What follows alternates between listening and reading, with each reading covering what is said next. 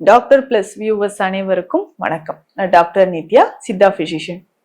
உடல் உஷ்ணம் அதிகரிக்கும் போது உடல் சூடு தணிவதற்கு என்ன மாதிரியான விஷயங்களை நம்ம ஃபாலோ பண்ணலாம்? முக்கியமாக பார்த்தோம்னா இந்த கோடை காலத்துலதான் இந்த உஷ்ணம், உடல் சூடு அப்படின்ற பிரச்சனை நிறைய பேருக்கு இருக்கு. ஸோ அந்த உடல் சூடு தணிவதற்கான சில விஷயங்கள் நார்மலா பார்த்தோம்னா எல்லா சீசன்லயுமே உடல் உஷ்ணம் அதிகமாக இருக்கிறவங்க நிறைய பேர் இருக்காங்க. ஸோ அந்த மாதிரி இருக்கக்கூடிய சமயங்கள்ல இந்த உடல் உஷ்ணம் குறைந்து நம்ம ஆரோக்கியமாக இருப்பதற்கு சில வழிமுறைகள் இருக்கு. அதை நம்ம ஃபாலோ பண்ணோம். முக்கியமாக இந்த உணவு முறை மூலமாகவே உடல் உஷ்ணத்தை நம்ம சரி செய்து கொள்ளலாம். ஸோ அந்த மாதிரி இருக்கக்கூடிய சமயங்கள்ல சில விஷயங்கள் காலையில எந்திரிச்சதுல இருந்து இரவு தூங்க போகும்போது வரைக்கும் சின்ன சின்ன விஷயங்கள் நம்ம ஃபாலோ பண்ணாலே பல வருட கணக்கில் இருந்தக்கூடிய அந்த உடல் சூடு நமக்கு தனிய ஆரம்பிக்கும். ஸோ உடல் சூடு இருக்குன்னு வச்சுக்கோங்களேன், இது எந்த மாதிரியான சிம்டம்ஸ் நம்ம எடுத்துக்கலாம்? முக்கியமாக ஆண்களுக்கும் சரி பெண்களுக்கும் சரி, நிறைய ஆண்களுக்கு உடல் பருமன் அதிகமாக இருக்காங்க இல்லையா, அவங்களுக்கு இந்த பிரச்சனை ஏற்பட வாய்ப்புகள் இருக்கு. ஆண்களை பொறுத்த வரைக்கும் இந்த உடல் எடை அப்படின்னு சொல்றது கொஞ்சம் அதிகமா 80 கிலோக்கு மேல இருக்காங்க அப்படின்னா, கொஞ்சம் ஒர்க் அப்படின்னு சொல்லும் போது வெளியில நிறைய டிராவல் பண்றேன், அவுட் சைட் ஃபுட் நிறைய சாப்பிட்றேன், இரவு உறக்கம் சரியான நேரத்தில் இல்லை. ஸோ இந்த மாதிரி கண்டிஷன்ல இருக்கக்கூடியவங்களுக்கு கொஞ்சம் கொஞ்சமாக அந்த உடல் உஷ்ணமானது அதிகரிக்க ஆரம்பிக்கும். அதுக்கப்புறம் பெண்களுக்கும் இதே நிலைமை இருக்கும். முக்கியமாக சில பெண்களுக்கு இந்த மெனோபாஸ் டைம்ல நிறையவே உடல் பருமன் அதிகரிக்கிறதோட சேர்த்து உஷ்ணமும் அதிகரிக்கும். இந்த மெனோபாஸ் டைம்ல உடல் பருமன் அதிகரிக்கிறதுனாவே நல்ல கவனத்துல நம்ம தெரிஞ்சுக்க வேண்டிய விஷயம், நமக்கு உடல் சூடும் அதிகரிக்குதுன்னு தெரிஞ்சுக்கலாம். ஸோ இதனால என்ன ஆகும்? பெண்களை பொறுத்த வரைக்கும் பார்த்தோம்னா வெள்ளைப்படுதல் பிரச்சனை நிறைய பெண்களுக்கு இருக்கும். ஸோ ஒயிட் டிஸ்சார்ஜ் அதிகமாகிறது, தலைமுடி உதிர்தல் பிரச்சனை, தோல் வறட்சியாகுவது, கைகளில் இருக்கக்கூடிய நகங்கள் நமக்கு உடைவது, இந்த மாதிரியான நமக்கு விஷயங்கள் நிறைய நடக்குதுன்னு சொல்லலாம். சரி, அப்போ உடல் சூடு குறைவதற்கு முக்கியமான ஒரு விஷயம் நம்ம செய்யணும். உடல் சூட்டினால் இருக்கக்கூடிய பிரச்சனைகள் சரியாகணும்னா என்னென்ன விஷயங்கள் நம்ம ஃபாலோ பண்ண போறோம் அப்படின்றத தெரிஞ்சுக்கலாம். முதல் விஷயம், எண்ணெய் குளியல் ரொம்ப முக்கியம். இந்த எண்ணெய் குளியல் அப்படின்னு சொல்ற ஒரு விஷயத்த எப்படி நம்ம செய்தால் உடல் உஷ்ணம் குறையும்ன்றத பார்க்கலாம். சிலர் நான் எண்ணெய் குளியல் இது வரைக்கும் நான் எடுத்ததில்லை, புதுசா ட்ரை பண்ணலாமா அப்படின்னா, வாரம் ஒரு முறை மட்டும் ஃபர்ஸ்ட் நம்ம எண்ணெய் குளியல் ட்ரை பண்ணிட்டு ஒரு 2 வாரங்கள் கடந்த பிறகு வாரத்திற்கு 2 முறை நம்ம எண்ணெய் குளியலை ஃபாலோ பண்ணிக்கலாம். ஸோ இந்த மாதிரி இருக்கக்கூடிய சமயத்துல இந்த எண்ணெய் அப்படின்னு சொல்ற விஷயம் எப்படி நம்ம எடுத்துக்கலாம்? இதுக்குன்னே ஸ்பெஷலா உடல் சூடு தணிவதற்காகவே ஒரு எண்ணெய் நம்ம தயாரிக்கலாம் அப்படின்னா ரொம்ப சிம்பிளான விஷயம் தான். இந்த எண்ணெயை எப்படி தயாரிக்கணும்? இதுக்கு நல்லெண்ணெய் தேவைப்படுது. பொதுவாக இந்த எண்ணெய்களை நம்ம பயன்படுத்தும் போது தோல்ல இருக்கக்கூடிய ஸ்போர்ஸ் வழியாக, ஹேர் ஃபாலிகல்ஸ் வழியாக ஊடுருவி நம்ம உடல்ல உள்ள இருக்கக்கூடிய உறுப்புகளுக்கு வலிமையை தருது அப்படின்னு சொல்லலாம்.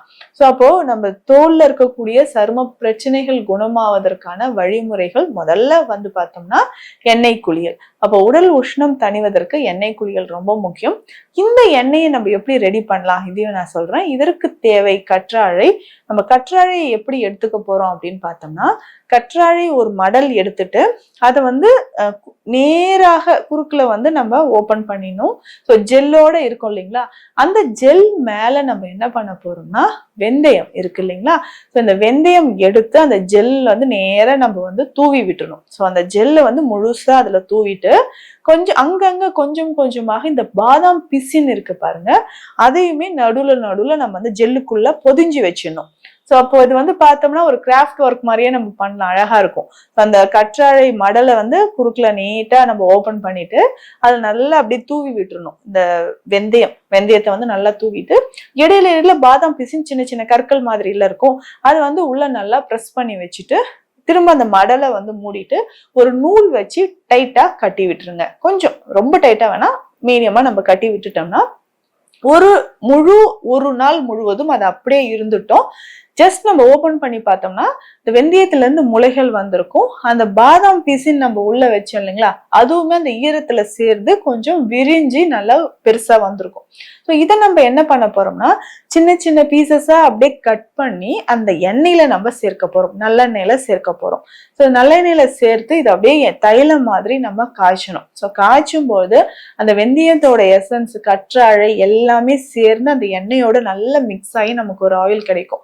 இந்த ஆயிலோட பெனிஃபிட் என்னன்னா தலைமுடி உதிர்தல் பிரச்சனைக்கும் இதை பயன்படுத்தலாம். ஸ்கேல்ப்ல வந்து அப்ளை பண்ணலாம். டேண்ட்ரஃப் இருந்தாலும் இந்த ஆயிலை யூஸ் பண்ணிக்கலாம். அதிகமான உடல் சூடு இருக்கிறவங்க தலையில அப்ளை பண்ணிட்டு இரவு நேரத்திலும் இந்த எண்ணெயை எப்படி பயன்படுத்தலாம்னா தொப்புள்ள ஒரு 5-6 துளிகள் இந்த எண்ணெயை வச்சு நல்லா மசாஜ் பண்ணலாம். ரொம்ப சூடு இருக்குங்க, ஒயிட் டிஸ்சார்ஜ் இருக்கு அப்படின்னு சொல்றவங்க, பீரியட்ஸ் டைம்ல அதிகமான வலி இருக்கு, மசில் கிராம்ப்ஸ் இருக்குன்னு சொல்லக்கூடிய பெண்களுக்கும் இதை நம்ம பயன்படுத்திக்கலாம். ஸோ இந்த ஆயிலை இந்த மாதிரி நம்ம பயன்படுத்தும் போது தொடர்ந்து பயன்படுத்திக்கிட்டே வந்தோம்னா நமக்கு எப்பேற்பட்ட உடல் உஷ்ணம், எத்தனை நாட்களாக இருந்த உடல் உஷ்ணமாக இருந்தாலும் நமக்கு குறைய ஆரம்பிக்கும். அதே மாதிரி உணவு முறையில காய்கறிகள் அப்படின்னு சொல்ற விஷயம் ரொம்ப ரொம்ப முக்கியம்.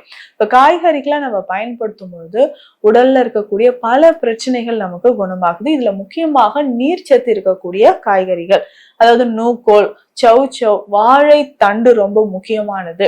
அதுக்கப்புறம் பார்த்தோம்னா வெள்ளை பூசணி, சுரக்காய், புடலங்காய், இந்த மாதிரி நீர்ச்சத்து இருக்கக்கூடிய கொடி வகைகளில் இருக்கக்கூடிய காய்கறிகளை நம்ம பயன்படுத்தும் பொழுது உடல்ல இருக்கக்கூடிய உஷ்ணம் நமக்கு குறைய ஆரம்பிக்கும்.